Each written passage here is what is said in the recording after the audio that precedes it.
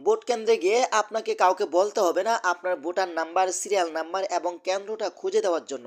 আপনি চাইলে খুব সহজেই আপনার ফোন থেকে আপনি বের করতে পারবেন আপনার ভোটার নাম্বার, সিরিয়াল নাম্বার এবং কেন্দ্র কোথায় পড়েছে।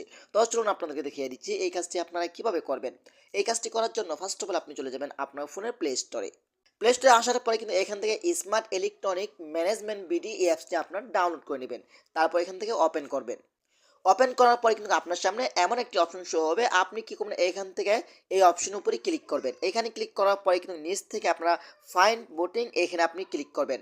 বাস এখানে আপনার এনআইডি কার্ডের নাম্বারটি দিয়ে দিবেন। তারপর এখানে আপনার জন্ম তারিখটি দিয়ে দিবেন। থেকে চার্জ অপশন দিয়ে ক্লিক করলে কিন্তু আপনার ভোটার নাম্বার দেখতে পাচ্ছেন। এখানে আমার ভোটার নাম্বার চলে এসেছে, আমার সিরিয়াল নাম্বার চলে এসেছে, আমার কেন্দ্র কোথায় পড়ছে এটা কিন্তু সবকিছু কোন ভবনে পড়ছে এটাও দেখিয়ে দিচ্ছে। আপনি চাইলে এখানে নিচে কিন্তু তাদের ছবিগুলো দেওয়া থাকবে কোন কেন্দ্রে আপনার ভোটটি পড়ছে। এখানে চাইলে আপনি লোকেশনের মাধ্যমে জানতে পারবেন।